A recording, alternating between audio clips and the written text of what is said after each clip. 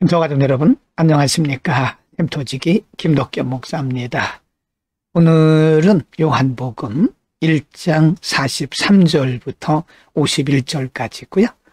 예수님께서 서서히 사람들을 한 사람 한 사람 부르시고 제자로 삼으시는 장면을 기록하고 있습니다. 우리가 어제까지는 세례 요한의 예수님에 대한 증언에 대해서 공부를 했는데요.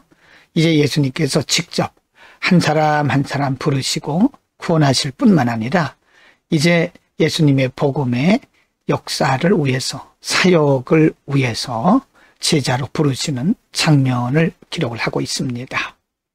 1장 43절부터 46절에서는요.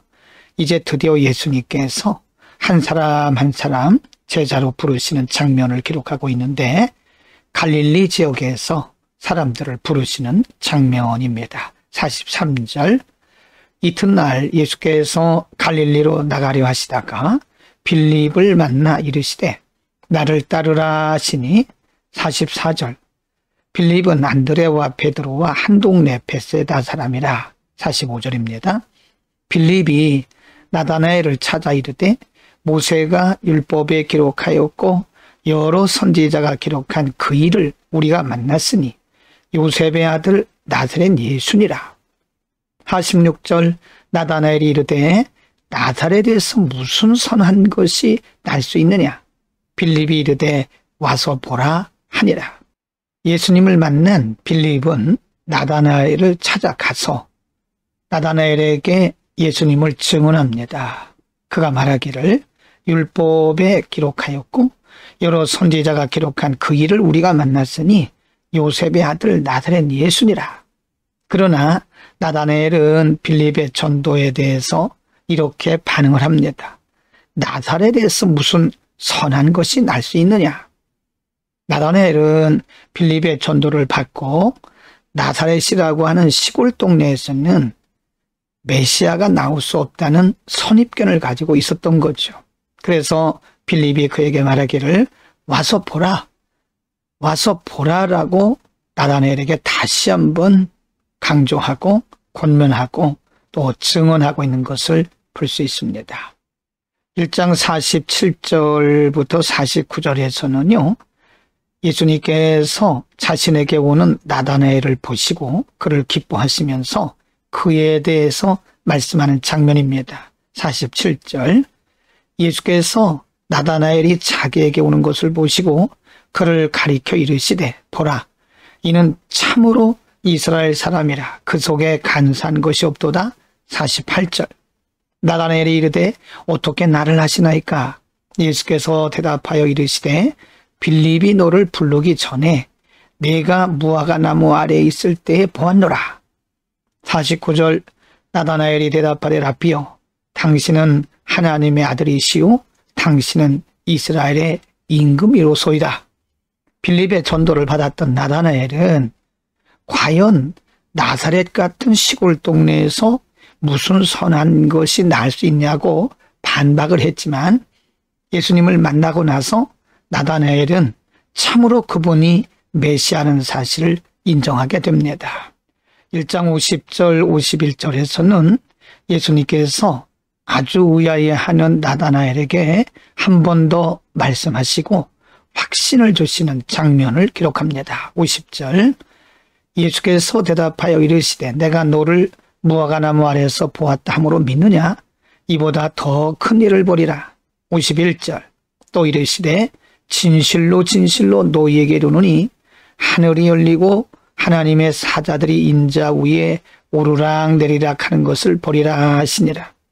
나다나엘은 빌립의 전도를 받고 처음에는 나사렛 동네에서 무슨 선한 것이 날 수 있냐고 그렇게 선입견을 가지고 무시했었지만 자신에 대해서 분명하고도 정확하게 말씀하시는 예수님을 만나고 나서 그는 놀랬던 것입니다. 원래는 나다나엘에 대해서 예수님은 이보다 더 큰 일을 볼 것이라고 말씀하시고 앞으로 예수 그리스도의 사역을 통해서 어떻게 복음이 증거될 것인가를 그에게 미리 말씀하신 겁니다. 오늘은 예수님께서 사역을 시작하면서 갈릴리 지역에서 사람들을 부르신 중에 특별히 빌립을 부르시고 예수님의 부름을 받고 예수님을 만난 빌립이 자기의 친구 나다나엘을 찾아가서 복음을 전하는 장면을 상고했습니다. 빌립은 예수님을 만나고 나서 사람들이 자기에게 오기를 기다리지 않고 직접 사람들을 찾아가서 복음을 전했습니다. 이것을 우리는 빌립 전도 방식이라 그러는데요. 우리는 사람들이 우리에게 오기를 기다리지 말고 적극적으로 먼저 가서 복음을 전하는 것이 옳습니다. 복음을 전하는 기회를 삼는 거죠. 우리에게 기회가 왔을 때 물론 때를 얻든지 못 얻든지 복음을 전해야 되지만 빌립처럼 우리에게 기회가 왔을 때 기회를 놓치지 말고 사람에게 복음을 전하는 것이 지혜입니다. 빌립이 나다나엘에게 복음을 전했을 때에 나다나엘은 처음에 매우 부정적인 반응을 보였죠.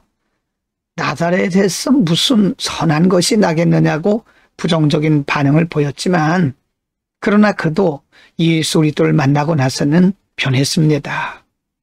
우리가 복음을 전할 때 누구든지 단번에 복음을 받고 그들이 변화되리라고 우리가 생각을 해서는 안 됩니다. 나다나엘처럼 부정적인 반응을 보일 수도 있습니다. 그러나 우리가 포기하지 않고 복음을 전하면 그들이 예수님을 만나면 반드시 변화됩니다. 사람을 변화시키는 것은 사람의 말이나 사람의 권면이 아니라 바로 복음이기 때문에 그렇습니다. 오늘도 복음을 전하는 삶을 살 수 있기를 바랍니다. 기도하겠습니다.